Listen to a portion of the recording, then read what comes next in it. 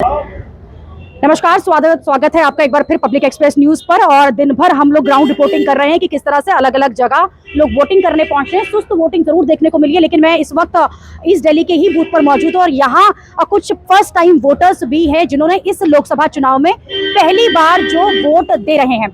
उनसे करेंगे बातचीत कि क्या मुद्दे हैं जिनको देखते हुए वो अपना वोट जो है वो दे रहे हैं, क्योंकि वोट मैंने पहले भी कहा है कि एक जिम्मेदारी है। पहले तो इसे एक जिम्मेदारी समझें और वोट देने आए। मुद्दे आपके अपने अपने अलग अलग हो सकते हैं, राष्ट्रीय मुद्दे भी हो सकते हैं, आपके लोकल मुद्दे भी हो सकते हैं, और आप किसी भी पार्टी को अपना वोट दे सकते हैं। तो अभी शुरुआत करते हैं यहाँ पर फर्स्ट टाइम वोटर से जो अपना वोट जो है देकर आ चुके हैं। आप दिखा दीजिए अपना वोट देकर आ चुके हैं। देखिए ये अपना वोट जो है देकर आ चुके हैं। काफी लेट आप वोट देने आए? नहीं, वो मैं जल्द सुबह ही आ गया था। सुबह 6 बजे से वोट डाल के आया था। भाई के साथ आया था दोबारा वोट डलवाने, क्योंकि एक भी वोट ऐसा ना हो जो रह जाए। हमारी सिर्फ यही कोशिश है कि वोट पूरे हो जाएं और 100% वोट हम दे सकें और अपना जो फेवरेट जो हमारा जो सांसद होगा उसे हम चुन के आगे भेज सकें। सांसद के लिए ये वोट है। यहाँ पे मुद्दे भी लोगों के अलग अलग हैं। आपके क्या मुद्दे हैं जिनको देखते हुए आप इस लोकसभा चुनाव में अपना वोट दे रहे हैं? लोकसभा चुनाव में तो हमारा इसका मुद्दा ये है कि पहले शिक्षा को लेके और दूसरा रोजगार। युवा हैं तो अभी हमने ग्रेजुएशन कंप्लीट करी है तो अब हमारे लिए जॉब है, तो जॉब के लिए तलाश कर रहे हैं, जॉब नहीं है। और फिर बिजनेस कारोबार में बहुत ज़्यादा लॉस हो रहे हैं लोगों के, तो कारोबार के प्रोसेस से हम के जो हमारे लिए बदलाव करे, जो धर्म के नाम पे नहीं सबको एक लेके चले। यानी अगर हमारा हक संविधान बचाने का काम हमारा ये है कि हम अच्छी जगह वोट डालें और साथ दें उसका जो सबके वो साथ लेके चल रहा है। तो मौजूदा सरकार से आपको कुछ लगता है कि कमियां हैं या आपको लगता है उम्मीदें हैं? मौजूदा सरकार तो रही, बस अब कुछ टाइम तक देखते हैं कि हाँ। बाकी मतदान का मतलब ये है कि लोगों ने अपनी पसंद से चुन के आगे भेजा था और अब भी हम आगे अपनी पसंद से चुन के भेजेंगे। और अगर आगे ये सरकार हमारे लिए अगर काम करती है तो फिर हम आगे फिर चुनेंगे इसको। और आपका नाम बताइए और आप कहाँ हैं इस वक्त? मेरा नाम रोहित कुमार है। मैंने अभी इसी बूथ पे वोट डाला है। ईस्ट दिल्ली के जितार नगर बूथ पे आपने वोट डाला है और आप भी फर्स्ट टाइम वोटर है? हाँ, मतलब लोकसभा चुनाव में आप पहली बार वोट दे रहे हैं? वोट दे रहे हैं जी। आपके क्या मुद्दे हैं? देश में बहुत सारी समस्याएं, वैसे कोई भी देश एकदम से विकासशील नहीं हो जाता है और अभी धीरे धीरे हम लोग विकसित हो रहे हैं। तो इन सब चीजों को देखते हुए आपके क्या मुद्दे हैं जिन मुद्दों पर आपने आज अपना वोट दिया है? मैम, इतने सारे 75 ईयर्स में जो पिछले 10 साल में सोसाइटी में डिवीज़न मैंने देखा है वो मैंने पिछले 70 साल या 60 साल में नहीं देखा। इतना डिवीज़न अगर कोई एक आदमी सोसाइटी में कर सकता है तो मैंने ये चीज़ सोच के वोट दिया है कि वो आदमी अगर आगे चलता रहा तो हमारे लिए बहुत खतरनाक होगा। इसलिए मैंने सोसाइटी का डिवीज़न ना हो, और इतना बड़ा जिसमें 140 करोड़ देशवासी लोग रहते हैं, अगर वो डिवाइड हो जाएंगे तो हमारी ताकत बढ़ जाएगी। मैंने ये सोच के वोट किया है कि ये डिवीज़न दोबारा ना हो। लोगों से जो पहले गलतियाँ हुई हैं डिवीज़न करने की 10 साल तक, वो ना हो। बेरोजगारी बढ़ी है, अर्थव्यवस्था नीचे गई है, लेकिन सब कुछ डाटा से छुपाया जा रहा है। तो ये डाटा से छुपाए जाने की जगह बताया जाए। जो भी हाई कोर्ट सुप्रीम कोर्ट में चीज़ें होती हैं वो सील्ड कवर में दी जाती हैं। ये सील्ड कवर ये न्यू कॉन्सेप्ट जो हमने देखा कि जो 10 साल से अब शुरू हुआ, सील्ड कवर में चीज़ों को देने की ज़रूरत नहीं है। हम लोग सब नागरिक हैं, हमको सबको जानने का हक है हर चीज़ का। तो एज ए नागरिक मैंने इसलिए वोट दिया है कि ट्रांसपेरेंसी बढ़े। आरटीआई एक्ट को कमज़ोर किया गया, उसमें सूचनाएं नहीं दी जा रही हैं, तो ये सब चीज़ें ना हो। जो ये पुलिस वाले खड़े हैं या जितने भी संस्थाएं हैं वो सब फ्रीली काम कर सके, मैंने इसलिए वोट दिया है। बहुत सही बात है। हमें अपने मुद्दे, मैं बार बार ये कहती हूँ कि मुद्दे पता होने चाहिए, हम क्यों वोट दे रहे हैं, किसके लिए। ये नहीं कि सब एक ही तरफ वोट दे रहे हैं तो मेरा वोट भी उसी तरफ जाएगा। हमें पता होना चाहिए कि हम किन किन चीज़ों को लेकर वोट दे रहे हैं, कि क्या कमियां हैं। दूसरा सवाल मेरा, क्या मौजूदा सरकार से आपको लगता है कि कोई कमियां हैं मौजूदा सरकार में, बदलाव होने चाहिए? मैडम, मौजूदा सरकार में कमियां मैं आपको एक एक करके गिना सकता हूँ। हमारी अभी कोई भी ऐसी एजेंसी नहीं है जिस एजेंसी के पास में स्वतंत्रता हो काम करने की।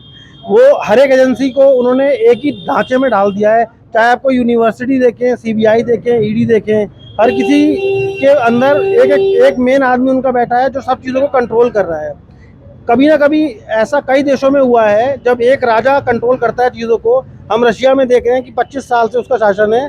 वो चीज़ आने वाले समय में हमारे बच्चों के लिए, चाहे आप पत्रकार हैं, आपके लिए, सबके नुकसानदायक है। एक समय ऐसा आ जाएगा फिर खुलेआम सड़क पे वो सब होगा जो लोग सहन नहीं कर पाएंगे। तो अभी वक्त है, अगर अभी बदल जाते हैं लोग, अभी समझ जाते हैं कि पिछले 10 साल में जो कुछ हुआ है उसको देखते हुए तो ठीक है, नहीं तो शायद ये लास्ट मौका है जो हम अपने संविधान को बचा सकते हैं। इसके बाद वो मौका हमें नहीं मिलेगा। तो आप किसको देख रहे हैं कि ऐसा बदलाव कौन कर सकता है जो आपके जो मुद्दे हैं उन पर ये व्यक्ति है, प्रधानमंत्री है, जो काम कर सकता है, जो काम करेगा। ऐसा चेहरा आप किसी को देख रहे हैं? बिल्कुल मैम, जिस व्यक्ति ने यहाँ पूरे भारत में 4000 किलोमीटर पैदल यात्रा की है ना, उससे बेहतर भारत को कोई भी व्यक्ति नहीं समझ सकता है। उस व्यक्ति ने 4000 किलोमीटर पैदल चलकर ये दिखा दिया कि मैं सिर्फ बातें नहीं करता हूँ, मैं जनता के बीच जा सकता हूँ, और उसको राजकुमार या शहजादा कहने से कोई फर्क नहीं पड़ेगा। उस आदमी ने चलकर एक एक गरीब से, विधवा औरतों से मिलके जो मैनिफेस्टो बनाया, मैनिफेस्टो में 8500 रुपये पर मंथ अगर वो एक गरीब महिला को मिलते हैं तो वो उसके लिए बहुत कुछ है। जब आप 1100-1200-1300 रुपये का सिलेंडर मिल रहा है तो 8500 रुपये से कम अपना घर तो चला पाएगी। और ये सिलेंडर भी मुझे विश्वास है कि राहुल गांधी जी अगर प्रधानमंत्री बनते हैं तो ये सिलेंडर का रेट 500-600 तक दोबारा आएगा। पर दूसरी तरफ जो पार्टी अभी चल रही, जिसकी सरकार चल रही है, वो तो 400 पार का नारा लगा रहे हैं, वो तो साफ कह चुके हैं, वो तो निश्चिंत दिखाई दे रहे हैं। अगर यहाँ के सांसद जो उम्मीदवार हैं हर्ष मल्होत्रा, वो कल ही कह चुके हैं कि 100% वही जीत रहे हैं, तो इसको कैसे देखें? वो तो बहुत श्योर नजर आ रहे हैं। मैम, अगर उनकी श्योरिटी ईवीएम को लेकर है तो मैं मान सकता हूँ। ईवीएम के अलावा अगर वो श्योरिटी, क्योंकि जो मैं पब्लिक के अंदर देख रहा हूँ इतने दिनों से, तो वो श्योरिटी सिर्फ अगर ईवीएम को लेकर है तो हो सकती है। अदरवाइज वो श्योरिटी सिर्फ दिखावे के लिए, अपना रुझान बनाने के लिए है कि हाँ भाई लोग ये सोचे कि हम अच्छा परफॉर्म कर रहे हैं। जैसे कोई भी पिता कहता है जी मेरा बेटा तो बहुत अच्छा परफॉर्म करेगा, लेकिन अंत तो जब रिजल्ट आता है तभी पता लगता है ना कि कैसा परफॉर्म। मेहनत और चेहरा, हालांकि चेहरे पे हम बार बार आते हैं क्योंकि देखा जाए इस चुनाव में बीजेपी की तरफ से प्रधानमंत्री मोदी ही एक चेहरा है जिनको देखकर लोग वोट देने निकल रहे हैं, अगर चेहरे की बात की जाए। दूसरी तरफ राहुल गांधी भी वो एक चेहरा है जिसको देखकर लोग पसंद कर रहे हैं, जिनके लिए लोग वोट देने के लिए घर से निकल रहे हैं।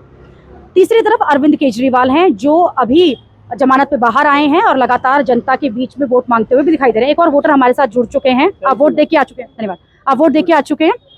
मैं ये नहीं पूछूंगी किस पार्टी को आपने वोट दिया, लेकिन ये जरूर जानना चाहूंगी कि आपके क्या मुद्दे हैं। एक व्यक्ति जब वोट देता है तो बहुत सारी चीजें उसके दिमाग में होती है, क्योंकि उसे पता है कि केवल वो एक व्यक्ति को नहीं जिता रहा, एक सरकार का निर्माण वो करेगा, और एक एक वोट जो है काउंट होता है। तो आपने एज एन इंडिविजुअल किन मुद्दों को देखकर वोट दिया? I vote for the development and against the hatred and for the change. मैं चाहता हूँ मेरा देश आगे बढ़े और ये जो नफरत की राजनीति होती है वो ना हो। कौन कर रहा है नफरत की राजनीति? जो भी कर रहा है वो तो सबको पता है। तो जिन वोटर से हमारी बात हो रही थी, सभी नफरत की राजनीति, समाज को बांटने वाली राजनीति, हेट्रेड पैदा करने वाली राजनीति के सख्त खिलाफ नजर आ रहे हैं, और ये कहते हुए दिखाई दे रहे हैं कि देश तभी आगे बढ़ेगा जब हम सब लोग एक होकर वोट देंगे। हालांकि बहुत ही कम दिन अब रह गए हैं, उंगलियों पर आप दिन काउंट कर सकते हैं जब ये साफ हो जाएगा कि कौन सी पार्टी सत्ता में आएगी और कौन हमारा प्रधानमंत्री होगा। छठे चरण का चुनाव जो है आज हो रहा है। 58 सीटों पर आज मतदान होगा। दिल्ली उनमें से एक अहम सीट है। दिल्ली में अहम सीट है, 7 सीट जहां चुनाव हो रहे हैं, जहां वोटर्स अपना वोट देने के लिए आ रहे हैं। इसी के साथ 1 जून को 7वां चरण है, यानी कि अंतिम पड़ाव है। अंतिम चरण में वोटिंग खत्म हो जाएगी और 4 जून को नतीजे आपके और हमारे सामने होंगे। अभी के लिए इतना ही। अगली खबर में आपसे फिर होगी मुलाकात। देश और दुनिया की खबरों के लिए आप देखते रहिए, आप जुड़े रहिए पब्लिक एक्सप्रेस न्यूज के साथ। धन्यवाद।